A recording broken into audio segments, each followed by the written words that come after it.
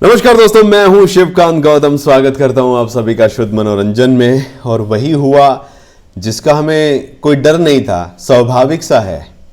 मतलब जो होना था। अरे लड़ाई यार, मियां बीवी की, तेजस्वी और कर्ण कुंद्रा की। भाई तेजस्वी और कर्ण कुंद्रा, इन दोनों की लड़ाई तो अब नॉर्मल सी हो गई है। हर दिन घंटे में ये 4 बार लड़ते हैं, फिर 4 बार चैनी ये होता है। राखी सावंत ऐसे करती है ना, तो वही सब है। लेकिन बड़ी बात यह है कि वीकेंड का वार के बाद हमेशा इनके आपस में झगड़े क्यों होते हैं? वैसे तो टास्क में भी होते हैं। सॉरी, मैं थोड़ा सा सिम्बा के साथ खेल रहा था, हमारा भी झगड़ा हो गया था। ओह, बड़ा दौड़ मारी हम दोनों ने मिलके। Okay, cool down. ओके, बताता हूं। तो तेजस्वी और कर्ण कुंद्रा में एक बार फिर से लड़ाई हो गई है, और ये लड़ाई बहुत ही गंदे वाली है, जैसे कि इनकी होती है। और कई बार मुझे लगता है कि ये दोनों ना एक दूसरे के बारे में बहुत कुछ अनाप शनाप भी बक देते हैं, लेकिन इस बार जो लड़ाई की वजह वो हैरान कर देगी। घर में तेजस्वी ने ऐसे बंदे का साथ दिया है जिसको कर्ण कुंद्रा बिल्कुल भी पसंद नहीं करते हैं। फूटी आंख भी नहीं सुहाते हैं जिन्हें, और वो मानते भी हैं ऐसा, और पहले वो कह भी चुके हैं ऐसा कि तेजस्वी ऐसा मत करो। तो वो कौन बंदा है, क्या वजह है जिसकी वजह से लड़ाई हुई है? दरअसल तेजस्वी और कर्ण की लड़ाई की वजह गौहर खान का वो टास्क बना है जिसमें टॉप 3 आपको अपने चुनने थे।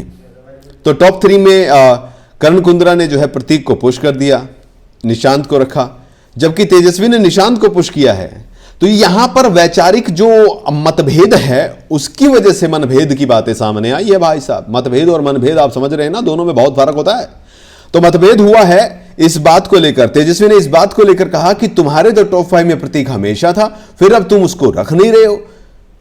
इस बात पर मुंह फूल गया भाई साहब। गोलगप्पे लड्डू जो है वो भटूरा बन गई है, ये सुनने में आ रहा है। दोनों के बीच इस बात को बहस हुई है, और उसने कहा कि तेजस्वी समझने की कोशिश करो, अब खेल अलग तरीके से है, पहले अलग तरीके से है।